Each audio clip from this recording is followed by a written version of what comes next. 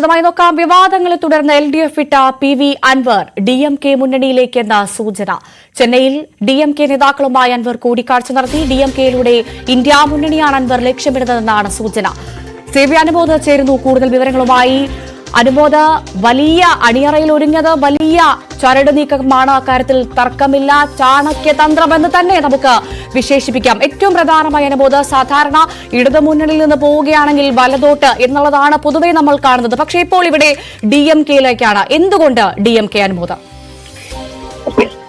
നാളെ അൻവർ മഞ്ചേരിയിൽ തന്റെ പുതിയ രാഷ്ട്രീയ പാർട്ടി പ്രഖ്യാപിക്കാനിരിക്കുകയാണ്. പാർട്ടി നയങ്ങളും പാർട്ടി പേരും എല്ലാം പ്രഖ്യാപിക്കാനിരിക്കുകയാണ്. അതിനു മുൻപായിട്ടാണ് ഇപ്പോൾ അദ്ദേഹം DMKയുടെ നേതാക്കളുമായി ചെന്നൈയിലെത്തി കൂടിക്കാഴ്ച നടത്തിയിട്ടുള്ളത്. സെന്തിൽ ബാലാജി, DMK നേതാവും മന്ത്രിയുമായ സെന്തിൽ ബാലാജിയാണ് അദ്ദേഹവുമായിട്ട് ആശയവിനിമയം നടത്തുന്നതെന്നാണ് നമുക്കറിയാൻ കഴിയുന്നത്. ഒരുപക്ഷെ ഇന്ന് ലാലുമായും PV അൻവർ കൂടിക്കാഴ്ചയ്ക്ക് ശ്രമിക്കുന്നുണ്ട്. പക്ഷെ അത് സ്ഥിരീകരിച്ചിട്ടില്ല. നമുക്കറിയാം PV അൻവറിന് ഇപ്പോൾ ലഭിച്ചുകൊണ്ടിരിക്കുന്ന പിന്തുണ അത് ഇടതുപക്ഷ മനസ്സുള്ളവരുടെയും അതുപോലെ തന്നെ ഇതുവരെ കൂടെ ഉണ്ടായിരുന്നവരുടെയും ഒപ്പം UDFന്റെ പ്രവർത്തകരുടെയും ഒക്കെ ഉണ്ട്.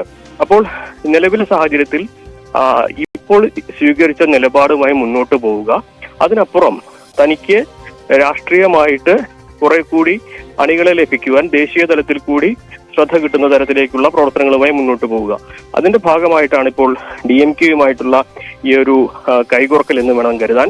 പാർട്ടി രൂപീകരിച്ച് DMKയുടെ ഭാഗമായിട്ട്, അതായത് മുന്നണിയിൽ DMK മുന്നണിയുടെ ഭാഗമായിട്ട് തമിഴ്നാട്ടിലും തിരിച്ചും പ്രവർത്തനങ്ങൾ നടത്താനുള്ള ഒരു സാഹചര്യം ഒരുക്കുക.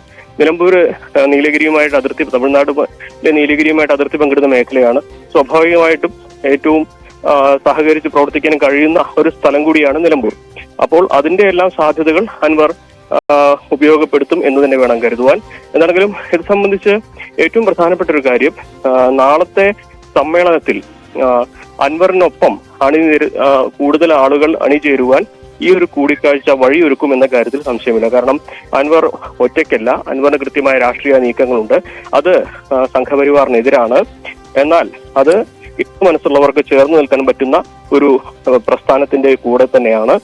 അത്തരത്തിൽ എല്ലാവർക്കും സ്വീകാര്യമായ എന്നാൽ സംഘപരിവാറിനെതിരായിട്ടുള്ള ഒരു പാതയിലൂടെയാണ് അൻവർ സഞ്ചരിക്കുന്നത് എന്ന് അൻവറിനെ ബോധ്യപ്പെടുത്തുവാനും അതുവഴി തന്റെ അണികളെ തനിക്കൊപ്പം നിർത്തുവാനും കൂടുതൽ അണികളെ തനിക്കൊപ്പം ചേർക്കുവാനും അൻവറിന് സാധിക്കും. അതിന്റെ ഭാഗമായിട്ട് വേണം അൻവറിന്റെ ഇപ്പോഴത്തെ നീക്കങ്ങളെ കാണുവാൻ.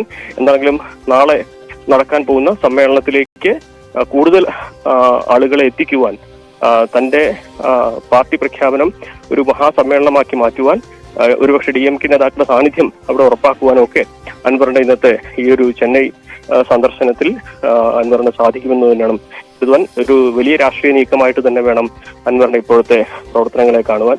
ഇന്ന് നാളെ രാവിലെ 8:30 അദ്ദേഹം മാധ്യമങ്ങളെ കാണുമെന്നാണ് അറിയിച്ചിട്ടുള്ളത്. അങ്ങനെയാണെങ്കിൽ നമുക്ക് ഈ സമ്മേളനത്തിന് മുമ്പ് തന്നെ ഇതേക്കുറിച്ചുള്ള കൂടുതൽ വിശദാംശങ്ങൾ ലഭ്യമാകും. നിലവിൽ അദ്ദേഹം ചെന്നൈയിലാണുള്ളത്. തമിഴ്നാട് മുഖ്യമന്ത്രി MK സ്റ്റാലിനുമായിട്ടും അദ്ദേഹം കൂടിക്കാഴ്ചയ്ക്ക് ശ്രമിക്കുന്നുണ്ട് എന്നാണ് ഏറ്റവും അവസാനമായിട്ട് നമുക്ക് ലഭ്യമായ വിവരം. തീർച്ചയായും വ്യക്തമാണ്. എന്തായാലും വലിയ രാഷ്ട്രീയ നീക്കങ്ങൾക്ക് തന്നെയാണ് അൻവർ ഇപ്പോൾ ചരടുവലി നടത്തുന്ന കാര്യത്തിൽ സംശയമില്ല. വിശദവിവരങ്ങൾ നൽകിയത് സേവ്യ അനുമോദാണ്.